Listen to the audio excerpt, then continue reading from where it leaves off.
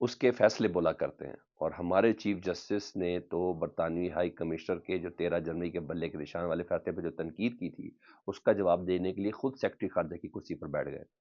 اور خود وزیر خارجہ کی کرسی پر بیٹھ گئے کہ آؤ میں تمہیں جواب دیتا ہوں۔ برطانوی ہائی کمشنر اگر کوئی مسئلہ تھا وہ کہتے ہیں تو سیکرٹری خارجہ کو بلاتے، انہیں کہتے کہ یہ ہوئی ہے، ذرا آپ اس پہ رسپونڈ کریں، درخواست کریں، یا 2 سال انتظار کرتے بقول اور مقبول جان صاحب، یا استعفیٰ دے دیتے اور پھر پشین سے الیکشن لڑتے کسی الیکشن میں، اور پھر ایم این اے منتخب ہوتے اور وزیر خارجہ بن جاتے، پھر جواب دیتے۔ تو چیف جسٹس نے پاکستان کی سپریم کورٹ کو برطانیہ کے ہائی کمشنر کے سامنے جواب دہ بنا دیا، اور پھر اس خط کی کاپی 2 جگہ پہ بھیجی، ایک سپریم کورٹ برطانیہ کے پریزیڈنٹ کو کہ شاید وہ برطانوی ہائی کمشنر کو جو پاکستان کے الیکشن پہ جو تحفظات تھے اس کے اوپر کوئی سمن جاری کریں گے، اور دوسری کاپی برطانوی ہائی کمشنر کی جو لیڈی برطانوی سپریم کورٹ کی جو لیڈی چیف جسٹس ہے ان کو بھیجا گیا، تو شاید وہ ان کو کوئی تنبیہ کر سکے۔ تو میں چاہتا ہوں سپریم جوڈیشل کونسل اس کی انکوائری کرے۔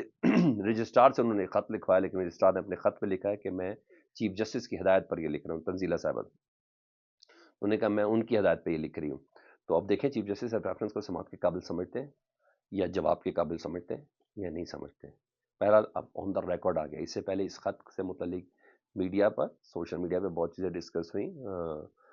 کورٹ رپورٹرز کو ڈسکس کرتے رہے کہ یہ بنتا نہیں تھا چیف جسٹس کا اس طرح خط جواب دینا، اور اس کے بعد جب مخصوص نشستوں والا کیس تھا اس پہ بھی کہتے تھے کہ مجھے نہیں معلوم 13 جنوری کے کیس پر کوئی ہماری اپیل محفوظ ہے، حالانکہ وہ اپنا کنسنٹ دے چکے ہیں اس خط کے حوالے سے۔ تو بہرحال یہ سب چیزیں ادھر تو چل رہی ہیں ادھر۔ ہاں میں نے کہا آپ کو اور خبر پہ میں کہ اتنی سٹوری ہے قومی اسمبلی میں جی، شہباز شریف صاحب نے خیبر پختونخوا کو چیف سیکرٹری دینے پہ اور آئی جی تبدیل کرنے پر رضامندی اختیار کی ہے جی، 4 ماہ گزر گئے جی، سب کچھ اچھا نہیں، یہ بھی اتنے عمدہ طریقے سے نہیں چل رہا ہے، وہ ان کے احتجاج کی بھی آواز بلند کرنے کی بھی کوئی وجہ ہے، اور 4 ماہ ہوئے ابھی تک کے پی کو اس کی مرضی کا چیف سیکرٹری اور آئی جی نہیں ملا۔ تو یہاں یہ چیزیں ادھر پاکستان تحریک انصاف میں عمر ایوب کے جنرل سیکرٹری کے استعفے کے بعد سوال جواب کا سلسلہ تو شروع ہو رہا ہے۔ شیر افضل مروت صاحب رات سے ہی ایکٹیو ہو چکے تھے، فواد چودھری صاحب نے بھی دوبارہ جواب دیا ہے شبلی فراز صاحب کے اس کمنٹ کا، جس میں شبلی فراز صاحب نے یہ کہا تھا کہ شیر افضل مروت میرے لیے غیر عام آدمی ہے اور پارٹی میں کسی قسم کی کوئی دڑے بندی نہیں ہے، یہ شبلی فراز نے کہا تھا، ایک ہی صرف دڑا ہے، ایک ہی گروپ ہے، وہ عمران خان ہے۔ اور وہی بات رہی بات فواد چودھری صاحب کی، تو فواد چودھری تو ہے ہی بگوڑا، شبلی فراز صاحب نے کہا تاریخ میں جو بگوڑوں کے نام سے جانا جاتا ہے وہی جانا جائے گا، اور ہاں آج کل ان کے بچوں سے کہا جائے گا کہ وہ بگوڑے کے بچے ہیں۔ تو فواد چودھری صاحب نے اس کا جواب یہ دیا کہ جو جیل میں رہے وہ بگوڑے، فواد چودھری صاحب جیل میں رہے تھے اور جن پہ بہیمانہ تشدد ہوا وہ بگوڑے، اور جو 6 ماہ گھر بیٹھا رہا اور ایک دن تکلیف نہیں گزاری وہ ہیرو ہے، سارے اٹھائی گرے پارٹی پر قابض ہیں۔ اچھا مجھے نہیں لگتا بقول رؤوف حسن صاحب، کل ان کی عمران خان صاحب سے بھی ملاقات تھی، وہ بھی کہتے ہیں، عمران خان صاحب کہہ رہے ہیں کہ فواد چودھری اور عمران اسماعیل وغیرہ یہ اسٹیبلشمنٹ کی طرف سے چھوڑے گئے لوگ ہیں، ان کی یہ کبھی بھی پاکستان تحریک صاحب ان کو واپس نہیں لے گی، مگر فواد چودھری صاحب عمران خان صاحب کو رسپونڈ نہیں کر رہے ہیں۔ تو بہرحال یہاں یہ کھٹا مٹا کام ادھر ضرور ذرا جاری ہے، شاید اپنی امپورٹنس تھوڑی شو کر دی جائے، نہیں ایسے نہیں ہونا، ایسے نہیں ہونا، شبلی فراز عمران خان صاحب کی مرضی سے، ٹھیک ہے، ایسے نہیں ہو سکتا۔ بہرحال ادھر